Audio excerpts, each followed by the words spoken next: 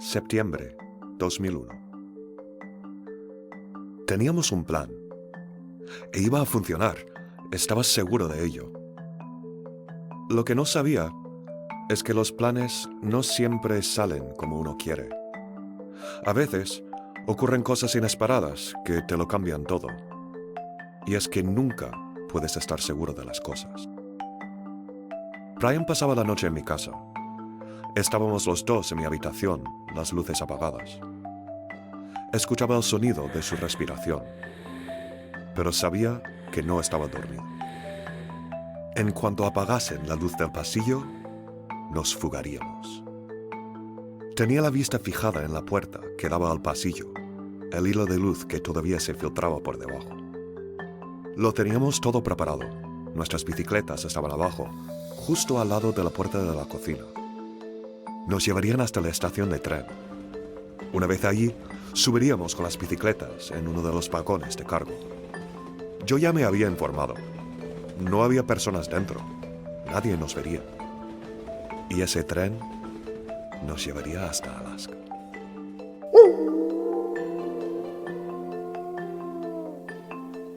Sí, había logrado convencerle a Brian. Nos escaparíamos y dejaríamos de una vez por todas la niebla atrás. Estaba harto de convivir con las náuseas, a que todo apestase siempre a manzana podrida hedionda, de vivir siempre con el corazón en un puño. Quería alejarme de la niebla, de la iglesia y de la gente de la que venía la niebla. Tenía ganas de olvidarme de ella para siempre y no mirar nunca atrás. Teníamos comida, 2 mochilas llenas de alimentos, latas que llevaba días mangando de la despensa, fruta, unos cuantos sándwiches. No sabíamos cuánto iba a durar el viaje y mejor ir sobrados por si acaso. No me preocupaba que nos pillasen saliendo de casa. Estarían dormidos y, si no lo estuviesen, sabía que estarían ocupados comentando lo recién ocurrido.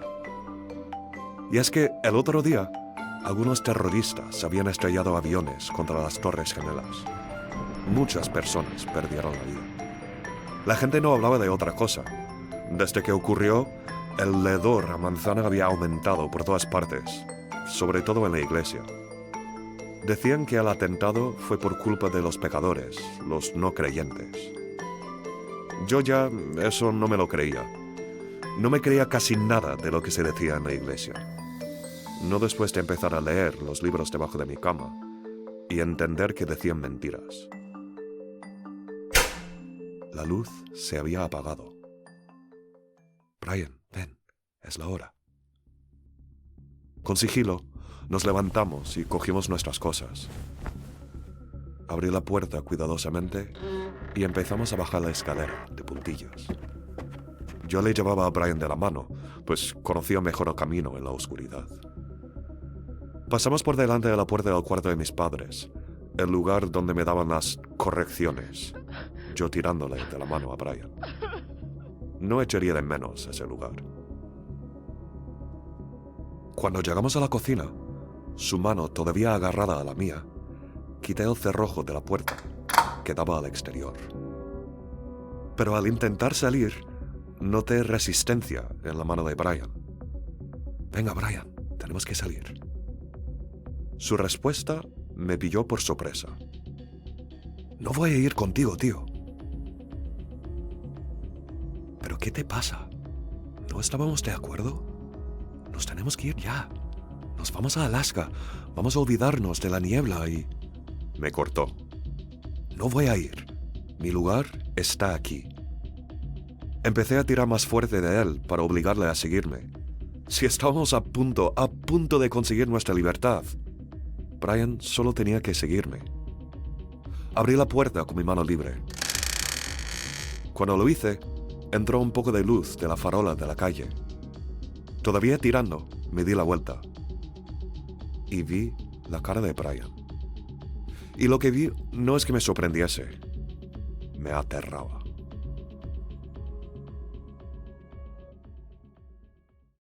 Entre los años 64 y 68 después de Cristo, el emperador Nero señaló a los primeros cristianos como culpables del incendio de Roma. Las represalias fueron brutales. Los ejecutaba, los obligaba a luchar contra bestias salvajes como gladiadores para un público sediente de sangre. Y daban sus cadáveres a comer a los perros. El colmo de su violencia, los usaba como antorchas humanas para iluminar sus fiestas bacanales mientras los invitados comían y bebían. Un reino de terror que obligó a los cristianos a buscar refugio en las catacumbas para evitar la persecución romana. El miedo provoca una respuesta de lucha o huida. Las glándulas adrenales secretan adrenalina y todos los recursos biológicos se vuelcan en conseguir un solo objetivo: permanecer vivo. Este instinto de supervivencia es algo positivo, nos salva la vida. Pero el miedo también fomenta el tribalismo. Cuando tienes miedo, te fías más de los tuyos, tus abuelos que te explicaron que no debías comer esa planta venenosa, o el vecino que te enseñó a luchar contra un mamut con una lanza.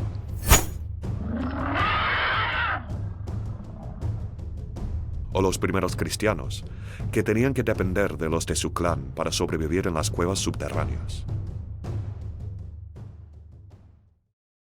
Actualmente, no tenemos que defender a nuestra familia de elefantes prehistóricos con armas rudimentarias. En esta época de electricidad, agua corriente y antibióticos, nuestro instinto de supervivencia se activa más cuando llegamos tarde al trabajo o ante un examen en la universidad.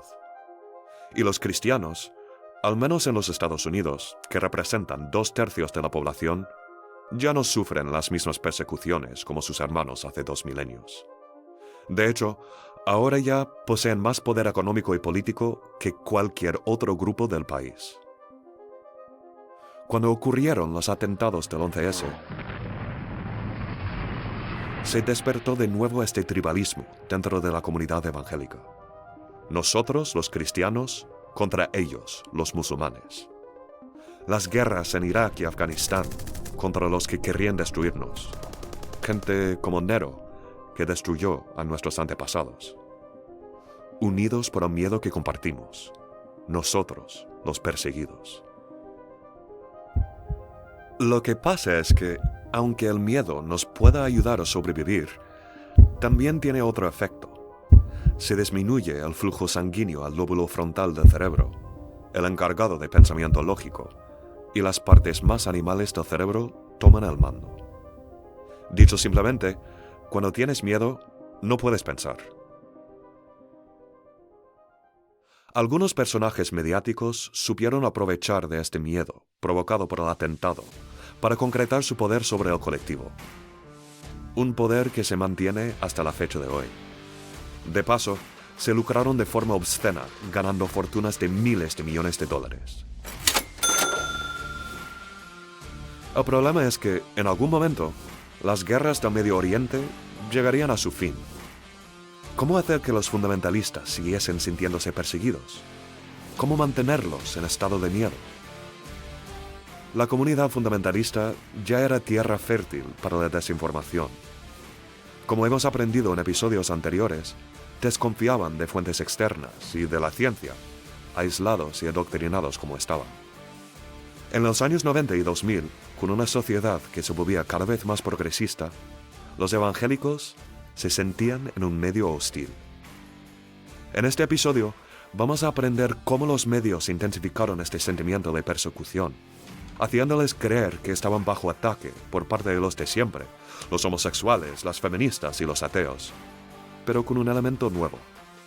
Una guerra en paralelo, una guerra que no terminaría nunca, una guerra imaginaria. ¿Una guerra contra qué? ¡Ho, ho, ho! Todo de la mano de personas supuestamente ejemplares que, como veremos, no son tan puras como les gustaría hacernos creer. Yo soy Samuel y estás escuchando Fundamental. ¿Qué tenía Jerry Falwell delante? Parecía un mapa. Un mapa de los Estados Unidos. Pero no un mapa cualquiera. Jerry estaba con su amigo, Pat Robertson, en una sala de su cadena de televisión. Justo habían hecho una entrevista en su programa. Era un momento terrible para el país. Se había producido un atentado terrorista el 11 de septiembre. Y Falwell y Robertson sabían por qué. Make God mad. I really believe that the pagans and the abortionists and the feminists and the gays and the lesbians who are actively trying to make that an alternative lifestyle, the ACLU, People for the American Way, all of them who tried to secularize America, I point the finger in their face and say, you helped this happen. Sí, los musulmanes habían llevado a cabo el atentado. Pero la culpa la tenían los abortistas, los paganos, las feministas, los gays y las lesbianas. Todos los que querían que el país fuera laico. Jerry los culpaba por la pérdida de vidas humanas. Toda esa gente que perseguía a los buenos cristianos del país. Este atentado era el castigo de Dios por su pecado. Falwell y Robertson no siempre habían sido amigos. Habían tenido sus conflictos políticos por temas de poder durante la época de la mayoría moral, cuando Falwell no apoyó la candidatura de Robertson a las presidenciales. Sin embargo, con el tiempo y a lo largo de los años 90, su preocupación compartida por el futuro del país y su preocupación por los satanistas como Hillary Clinton los había unido. Por eso habían hecho esta entrevista juntos. Cuando terminaron, su amigo Pat Robertson le había dicho: Jerry, tengo algo que te podría interesar. Algo que podría cambiarlo todo. Algo que podría salvarnos. Ya en la sala, Jerry no sabía qué se había esperado, pero desde luego, esto no era. Estaban a oscuras, la penumbra solo iluminada por las muchas pantallas de televisión que cubrían las paredes. Y en el centro, este mapa, o lo que fuera, tan grande era que ocupaba todo el suelo. Jerry Falwell se inclinó para mirarlo más de cerca. De lejos, se diría que era un mapa relieve de Norteamérica, pero de cerca se veía que era mucho más que eso. Cuando Jerry se acercaba a las montañas de la costa este, los Apalaches, veía los diminutos árboles. Se movían y olían a bosque. Cuando pasó al otro lado, a la costa oeste, donde al Pacífico, no se lo podía creer. Se escuchaba el rugido de las olas y olía a salitre. Se fijaba en las carreteras que unían una costa con la otra, con pequeñas filas de coches que estaban en marcha. Las ciudades con sus luces y boinas de contaminación, los trenes zigzagueando al continente. Y pequeñitas personas, millones y millones de ellas, esparcidas por toda la superficie. Pat, dijo Jerry Falwell, ¿esto es real? Pat Robertson sonrió. ¿Cómo lo ves? Dios me ha dado acceso a todo el país. Jerry no salía de su asombro. ¿Y qué vas a hacer con esto? Pat soltó una carcajada. Creo que ya lo sabes. Y con eso, se agachó, eructó y empezó a soplar. De su boca salía una espesa nube verde, que poco a poco se expandió por toda la extensión del mapa viviente. Jerry entendió enseguida lo que pretendía hacer su amigo.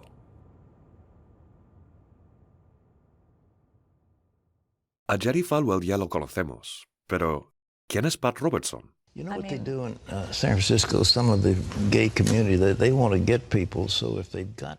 Uno de los magnates mediáticos conservadores más importantes del país. En realidad, se llama Marion Robertson. Cuando nació en 1930 en Virginia, su hermano mayor le daba golpecitos en las mejillas, diciendo «Pat, Pat, Pat». Como el nombre de Marion le parecía afeminado, optó por llamarse Pat, como le había llamado su hermano, y el apodo se quedó. ¿Cómo decidió Robertson diseminar el cristianismo por el mundo? Tras el servicio militar y sacarse un grado de Derecho de la Universidad de Yale, como Jerry Falwell y Bob Jones, también fundó una universidad en 1977, la Universidad CBN, que luego pasó a llamarse la Universidad Regent. También estableció el Centro Americano para la Ley y la Justicia, que defiende la Constitución y los ideales cristianos conservadores. Pero lo suyo, en realidad, eran los medios. Como Bob Jones, Jerry Falwell y el Dr. James Dobson, Robertson entendía su poder. En 1960, estableció la Christian Broadcasting Network, o la cadena de retransmisión cristiana, en Virginia. En 1977, esta misma cadena lanzó una cadena subsidiaria que transmitía sus contenidos por satélite a la red de cable del país, algo novedoso en aquel entonces. En este momento, Robertson también hizo su incursión en la política. Tras trabajar en consejos varios bajo Reagan y para el estado de Virginia, decidió lanzarse a lo grande, presentándose como candidato a las primarias republicanas para la presidencia en 1987. No ganó, pero ya era una figura ampliamente conocida en todo el país, fruto del foco mediático. Tras esta derrota, Robertson se volcó en su imperio mediático, y el dinero entraba a raudales.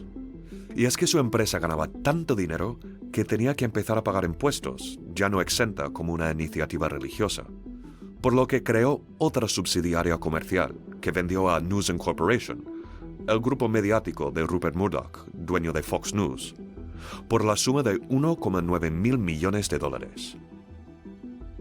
A día de hoy, esta cadena se retransmite en 138 países, a 360 millones de personas, y a Robertson le tildan como una de las figuras principales a nivel político y cultural dentro del colectivo evangélico. Pero, ¿qué tipo de mensaje se difundía a través de esta red? Explicaba que la sociedad cristiana estaba bajo ataque, inspirando al sentimiento de persecución, culpando a los gays y las feministas por toda clase de tragedia, desde el 11S, como vimos antes, hasta el huracán Katrina. Con respecto al Islam, Robertson dijo que el Islam es un sistema político violento, empeñado en derrocar a los gobiernos del mundo y en la dominación global. Esto no es una religión, es un sistema político, y deberíamos tratarlo como tal. Y tratar a sus adherentes como trataríamos a miembros del Partido Comunista, miembros de un grupo fascista. Hablando del feminismo.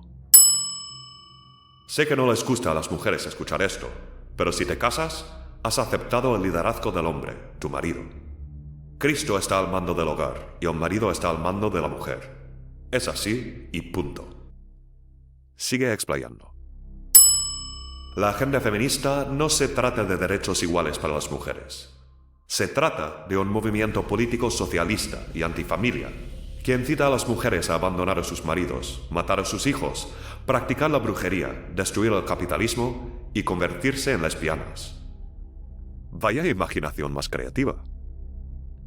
El colectivo homosexual tampoco era exento de sus sermones. Muchas de las personas involucradas con Adolfo Hitler eran satanistas. Muchos eran homosexuales. Parece que las dos cosas van de la mano.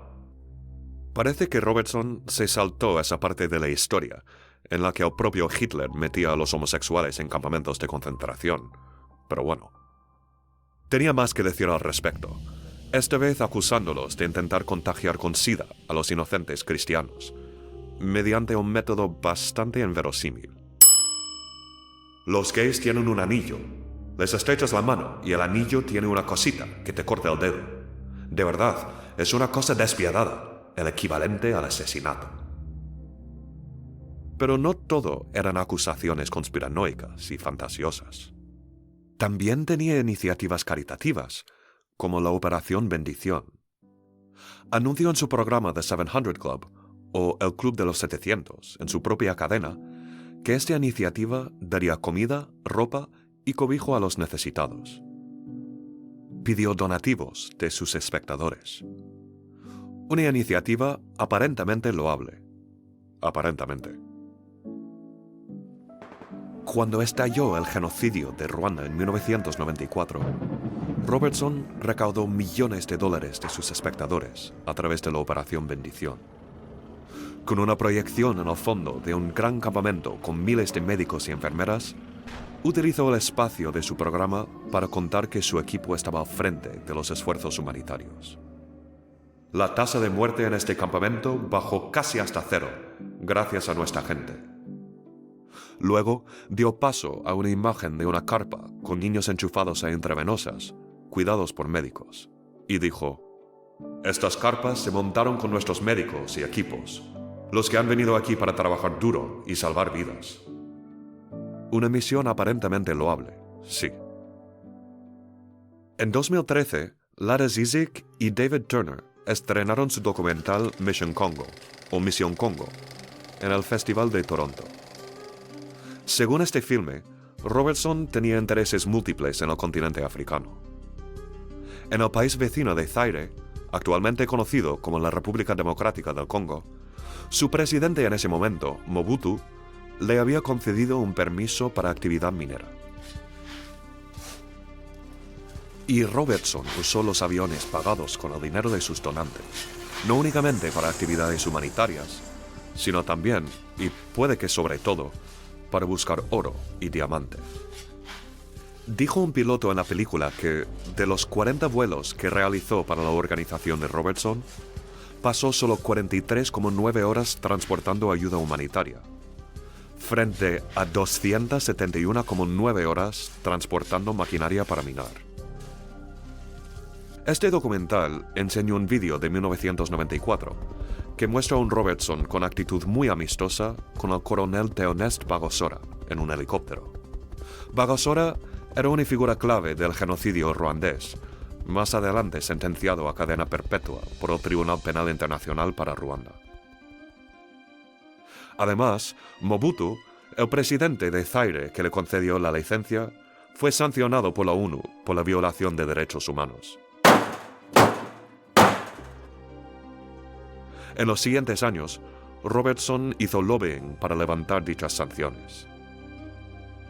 Robertson, por su parte, y desde luego, desmiente este documental. No obstante, y ante la presión pública, el Departamento para la Protección del Consumidor del Estado de Virginia inició una investigación. Al final, se desestimaron las acusaciones.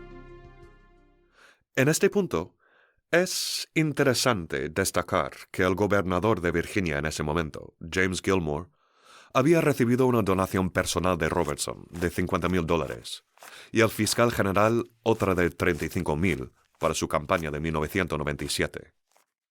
Y los dos dependían del apoyo mediático de Robertson para ganar. Un mundo mediático habitado por otros personajes que vamos a analizar ahora. Y las imágenes de la carpa con los niños. Estas carpas se montaron con nuestros médicos y equipos, los que han venido aquí para trabajar duro y salvar vidas. Resulta que son fotos de Médicos Sin Fronteras. Nada que ver con Operación Bendición. Jerry Falwell vio cómo la niebla se extendía por todo el mapa viviente. Se arremolinaba desde Nueva York hasta Los Ángeles, bailando entre sus rascacielos, cubriendo los campos de maíz entre las dos costas. ¿Ves cómo se difunde nuestro mensaje, Jerry?, le preguntó Pat Robertson. Jerry no podía sino sonreír. Era precioso. Pronto, todo el país viviría bajo la nube con su dulce sabor a manzana. Pero entonces, Jerry se dio cuenta de algo inquietante. Vio que la niebla se quedaba impregnada en algunas zonas, pero en otras empezó a desvanecer, como si las pequeñas personas que habitaban el mapa la estaban ahuyentando. Jerry le llamó la atención a su amigo. Pat, no se queda. Algunos la están rechazando. Pat Robertson no parecía muy preocupado. Sí, lo sé. No pasa nada. Porque eso no lo vamos a hacer solos, ¿eh? Rush, ven.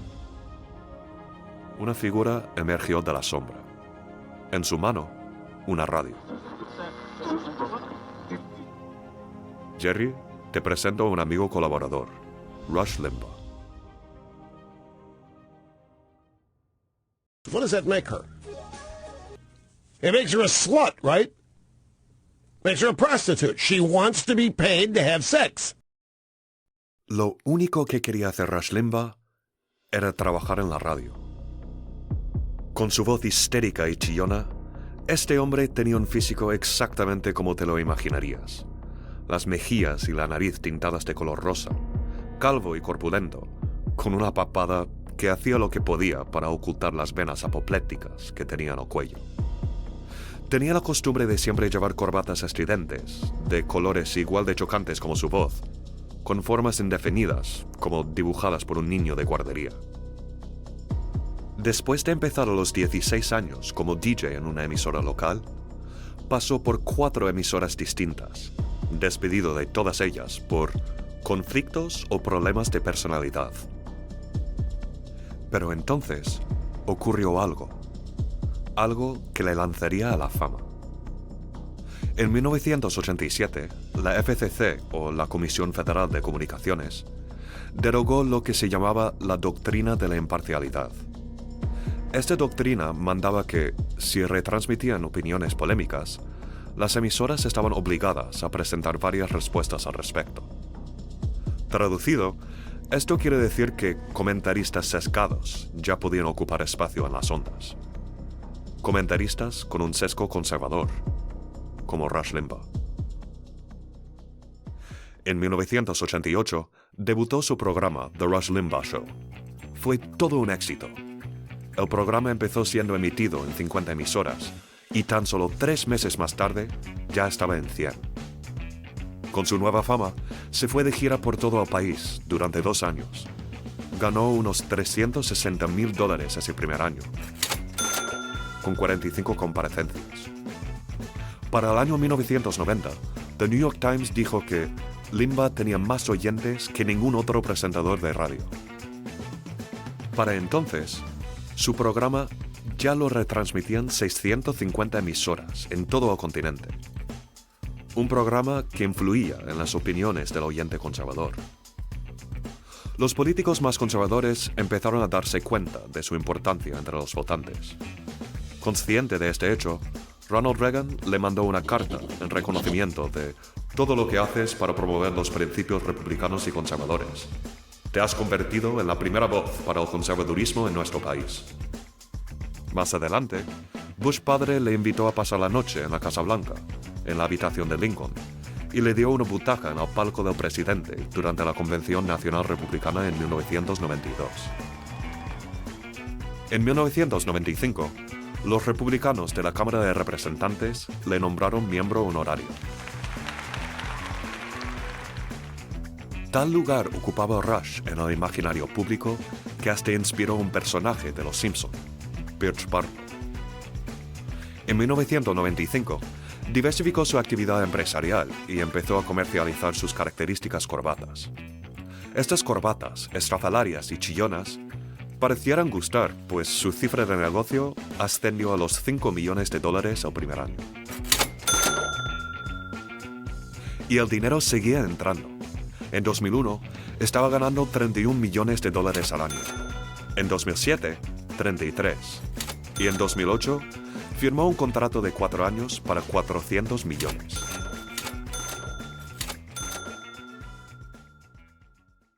Sin duda, su mensaje conservador era muy rentable. ¿En qué consistía este mensaje? Limbaugh alimentaba el miedo del oyente cristiano, fomentando su sentimiento de persecución. ¿Por qué nunca se habla de la guerra de los demócratas contra el cristianismo? La razón por la cual no se habla de esta guerra contra el cristianismo es porque la izquierda no la ve así. Piensa que el cristianismo es una mayoría malvada. Luego, salpimentaba este discurso con odio hacia las feministas y los gays, con tintes racistas. Black liberation theologists working with Acorn and Barack Obama is smack dab in the middle. Gritando y chillando de forma histriónica, Limbaugh se avalaba de ayudas para sus programas.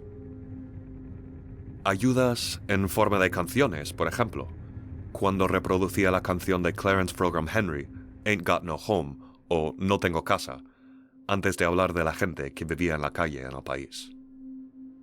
Una vez, cuando llamó a un oyente afroamericano, a Rush le costó entenderlo.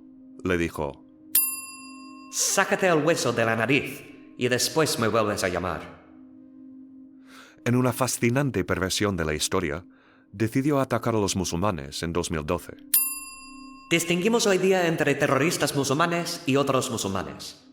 Cuando éramos más sensatos, no decíamos los nazis alemanes, decíamos los alemanes o los nazis, y la carga de la prueba recaía en los alemanes no nazis, en lugar de nosotros, de separarse de los agresores.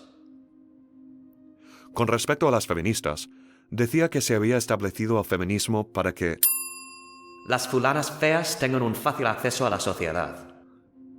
su epíteto preferido para referirse a ellas era el término ahora popularizado en ciertos círculos, feminazi, y aseguraba que, para ellas, Lo más importante de la vida es garantizar que se produzca el mayor número de abortos posible. hablando del aborto, a veces, cuando llamaba a algún oyente a su programa, ponía fin de forma abrupta a la llamada con el sonido de una aspiradora y un chillido. Decía que esta broma era para ilustrar la tragedia del aborto y plantear la pregunta de si practicar un aborto era igual que asesinar. Otro blanco habitual para las burlas e insultos de Rush era el colectivo gay. Haciendo eco de la mentira popularizada por personas como Anita Bryant, la cantante de La tarde en la cara, o Jerry Falwell de La mayoría moral, dijo: Yo creo que, si coges a los niños lo suficientemente pequeños para convencerlos, puedes inculcarles la homosexualidad. Siguió: Cuando un gay te da la espalda, no es un insulto, es una invitación. de nuevo haciendo uso de la música, cuando informó del fallecimiento del cantante Freddie Mercury, reprodujo un clip de Another One Bites the Dust, lo cual viene a significar otro que estira la pata. Esta fórmula le gustó, pues la aplicaba a un apartado recurrente de su programa, titulado Informe SIDA, en el cual se reía de las víctimas de la enfermedad con canciones como Kiss Him Goodbye, Despídete de él con un beso, o Back in the Saddle Again, de nuevo montando.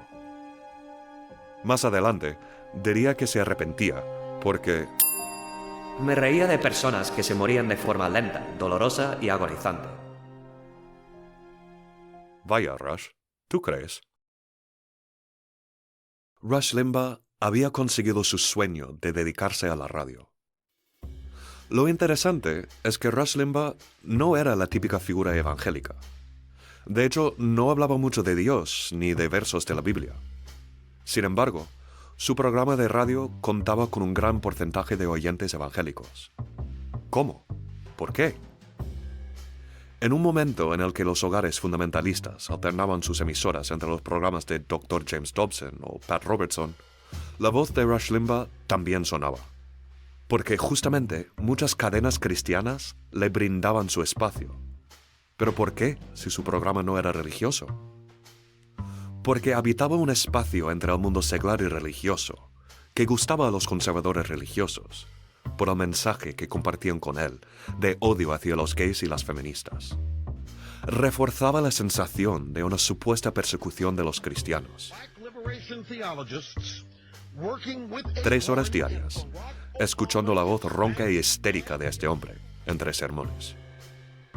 Rush Limbaugh había puesto las bases para un espacio que habitaría también otro medio supuestamente laico, pero también con una influencia, quizá la más importante, en la comunidad evangélica del siglo XXI.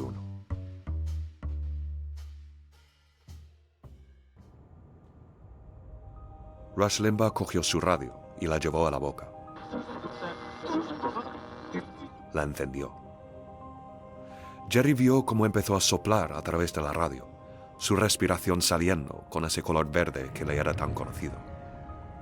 Como cuando lo hizo Robertson antes, la nube se extendía por encima del mapa. Los coches, los trenes, las pequeñas oficinas, todo cogía matices verdes.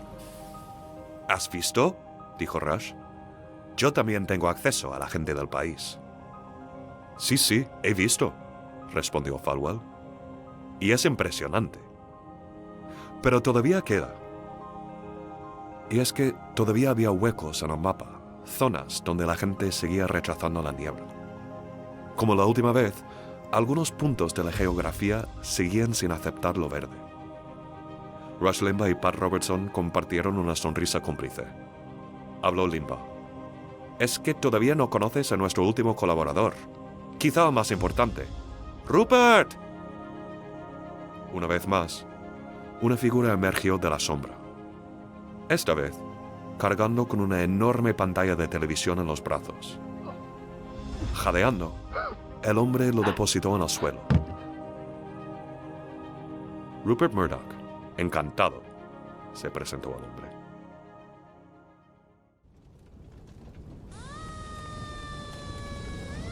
Engine 5, dispatch. Pockets of fire all around. Pánico. Desde los ventanales de las oficinas de Fox, Tucker Carlson contemplaba como el gran árbol de Navidad delante de su sede, de más de 15 metros de altura, se consumía entre llamas.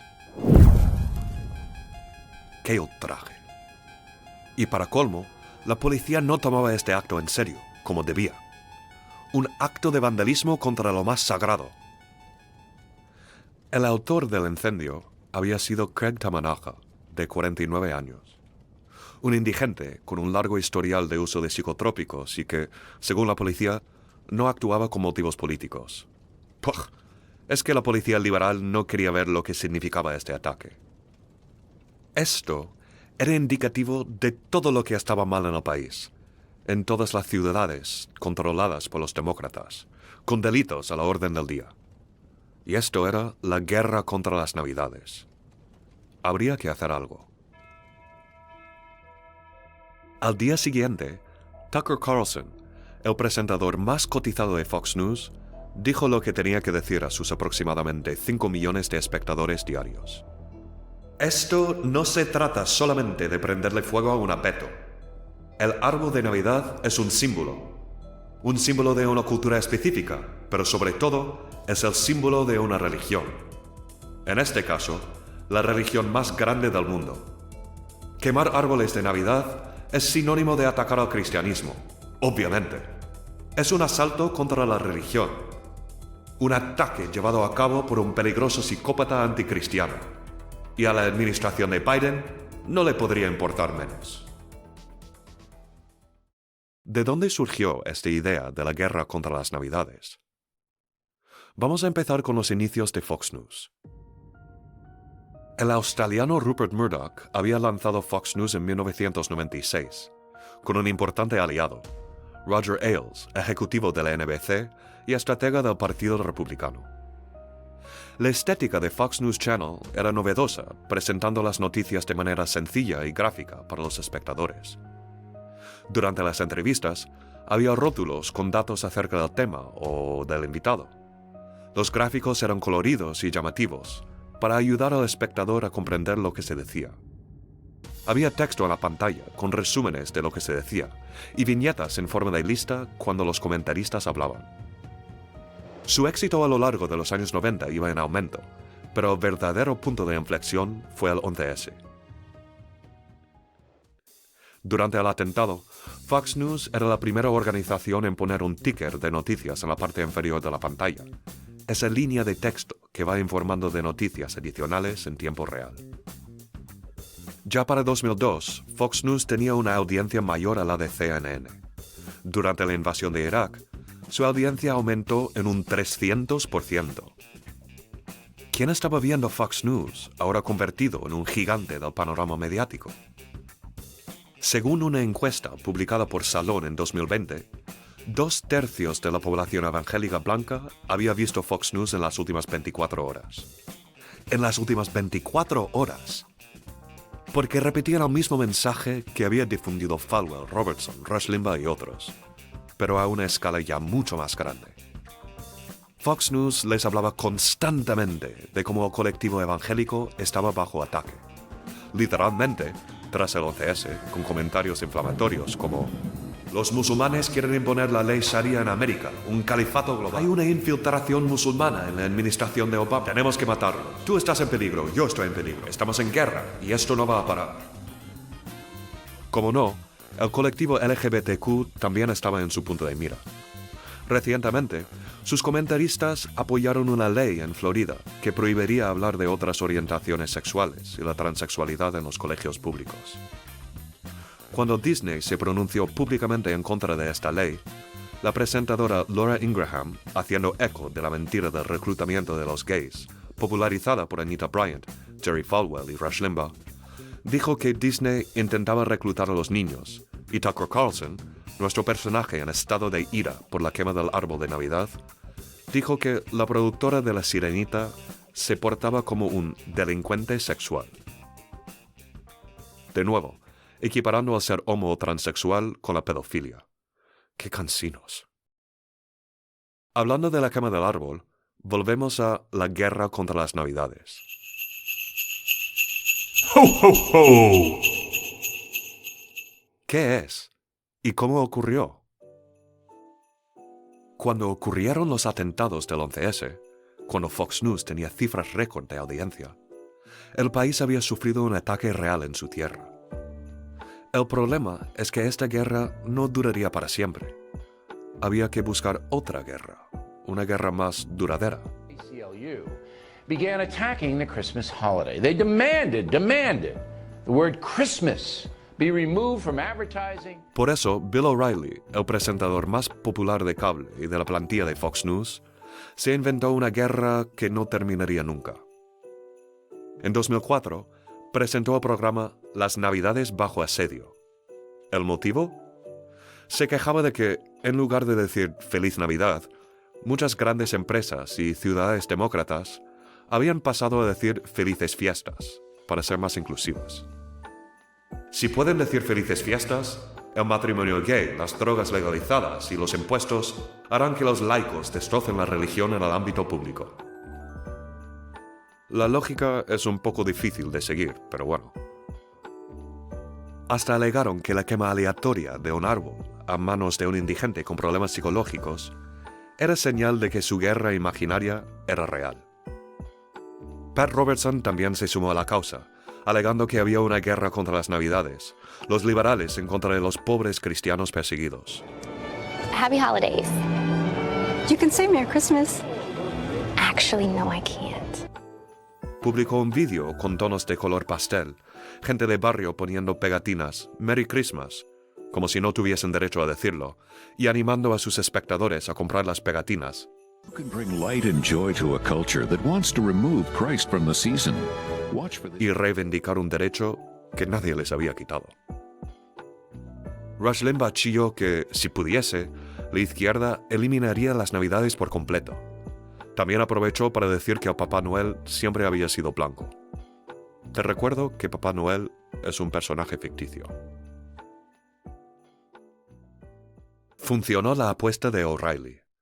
Esta guerra, tan absurda hay que decirlo, aterraba al estadounidense más conservador. Actualmente, según una encuesta de la Universidad de Fairleigh Dickinson, 4 de cada 10 estadounidenses creen que existe tal guerra. Dicha encuesta señala que la mayoría son republicanos, votantes de Trump y, sorprendentemente, hispanoamericanos. Y es que en los últimos tiempos, esta guerra a Trump le venía de perlas. Con árboles de Navidad, belenes y luces por doquier, cuesta pensar que las Navidades estén bajo asedio. Sin embargo, Trump, que se autoproclamó como el General Patton, un famoso general de la Segunda Guerra Mundial, en la guerra para proteger a la Navidad, declaró la victoria. Cuando empecé mi campaña dije, vas a decir Feliz Navidad de nuevo. Y ahora la gente lo dice. O sea, ¿se congratula de hacer que la gente diga Feliz Navidad? Vale.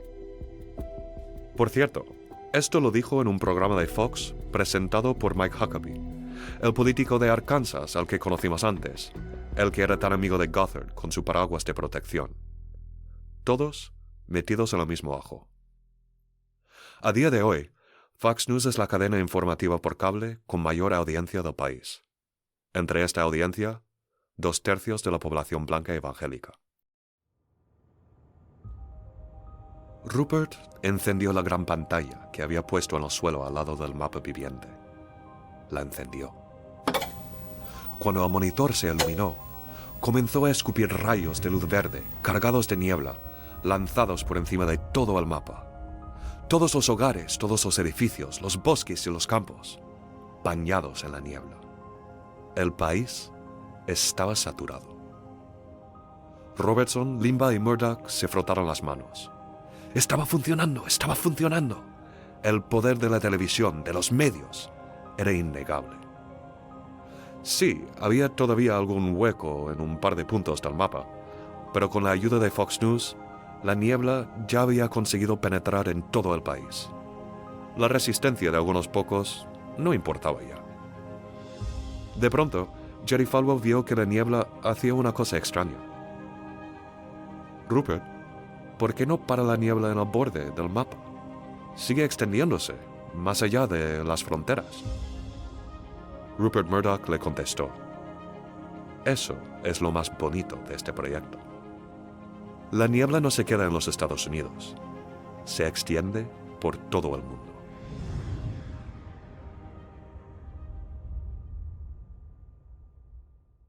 Leah Payne, profesora adjunta de teología en la Universidad de George Fox, dijo de Pat Robertson: la presidencia de Trump es, en muchas formas, el triunfo de una vida de trabajo de Robertson. No era el único, pero era uno de los magnates mediáticos del siglo XX más prominentes. Dijo: vamos a movilizarnos para fines específicos, el aborto, el matrimonio heterosexual, el rezo en los colegios públicos.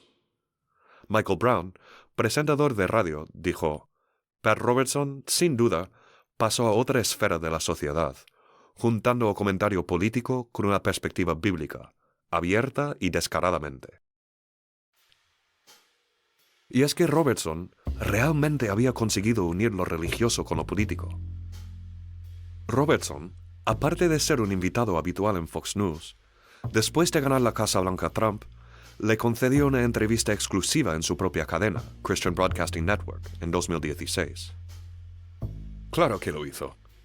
Robertson había apoyado la candidatura de Trump, diciendo que era como un fénix después de verlo en un debate. En 2020, volvió a darle su apoyo y predijo que ganaría las elecciones, porque se lo dijo Dios, aunque después de la victoria de Biden sí afirmó que debía aceptar el resultado del escrutinio, un mini punto a su favor. Lástima que el listón esté tan bajo que contar la verdad nos parece loable. Se estima que el patrimonio personal de Robertson asciende a los $100 millones. Rush Limbaugh, con sus 14 millones de oyentes, también había apoyado la candidatura de Trump. Tras casarse 4 veces, luchar contra la sordera y una adicción a analgésicos, en 2020, Melania Trump le presentó al hombre que se había mofado de las víctimas del SIDA con la Medalla Presidencial de la Libertad, en la ceremonia del Estado de la Unión. Esta medalla es uno de los reconocimientos más prestigiosos del país. Tras insistir que las elecciones habían sido robadas y alimentar el fuego para el consiguiente asalto al Capitolio el 6 de enero, Rush Limbaugh se murió el 17 de febrero de 2021 de un cáncer de pulmón. Fox News ofrece episodios de su programa en su web oficial y se refiere a él como icono y titán de la radio, con un legado increíble. It makes her a slut, right? Makes her a prostitute. She wants to be paid to have sex. En el momento de su fallecimiento, su patrimonio se estimaba en $600 millones. Hablando de Fox News, sigue igual de fuerte. Su estrategia de fomentar el miedo, hacer que el espectador se sienta perseguida por los musulmanes, las feministas, los gays y una ofensiva inventada contra las Navidades, tiene grandes retornos económicos. Y es que las mentiras de Fox News son el pan de cada día. Entre falsos informes de una obligada reducción en el consumo de carne impuesta por el presidente Biden, mensajes antivacuna, alegaciones en 800 ocasiones de que Trump realmente había ganado las elecciones de 2020 y que el asalto al Capitolio no fue un asalto, la publicación Guardian Media Matters ha indicado que Fox News emite al menos una mentira al día, mientras que la publicación Político halló que el 36% de los espectadores de Fox News cree mentiras acerca de la COVID.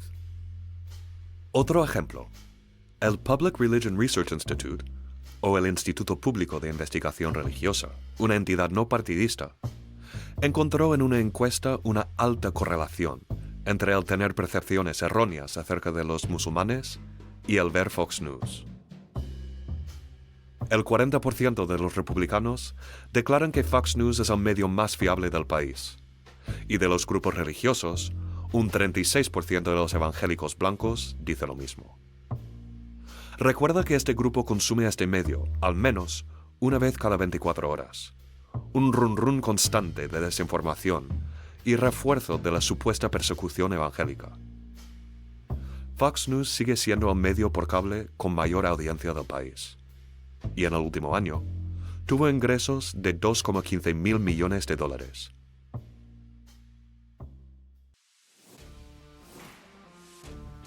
Las mentiras propagadas por personas como Robertson y Limbaugh, amplificadas por grandes medios como Fox News, consiguieron su objetivo: hacer que la comunidad evangélica, adoctrinada y suspicaz de cualquier información externa, se sintiese perseguida, que sintiese miedo.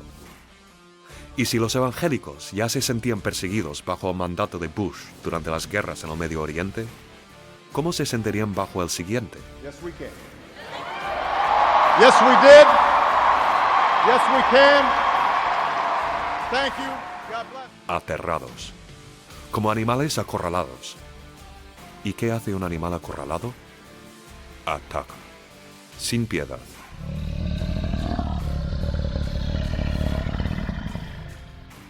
Vamos a verlo el martes que viene. Yo soy Samuel. Gracias por escuchar Fundamental. No me voy a ir. Mi lugar está aquí. El mundo de fuera me da miedo. Lo que vi no es que me sorprendiese. Me aterraba. Brian siguió. La niebla me gusta. Lo que vi es que, con la boca abierta, le salió una espesa nube verde, como un chorro que apestaba a fruta podrida. Y entonces lo entendí. La niebla le había infectado.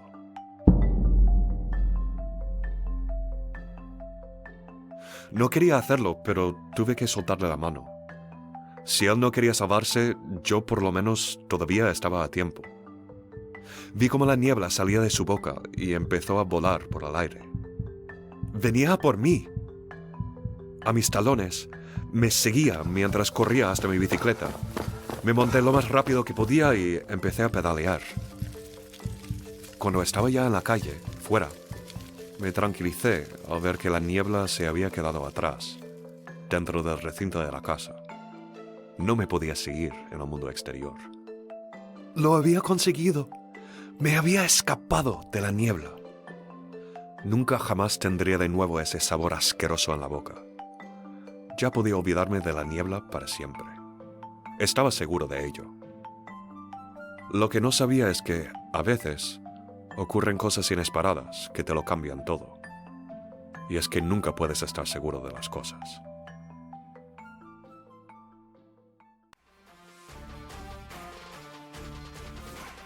Yo soy Samuel, tu presentador. He creado y producido este podcast. Sígueme en www.fundamentalalpodcast.com. También me puedes encontrar en Facebook, Instagram y YouTube en @fundamentalpodcast o en Twitter en @podfundamental. Si te ha gustado, no te olvides de darle al me gusta, dejar una reseña y compartir con un amigo. Es una gran ayuda para seguir produciendo el programa. Una nota. Algunas escenas son recreaciones históricas, mientras otras son fruto de la imaginación. Elige tú cuáles son reales y cuáles no. Total, los fundamentalistas también eligen su propia realidad.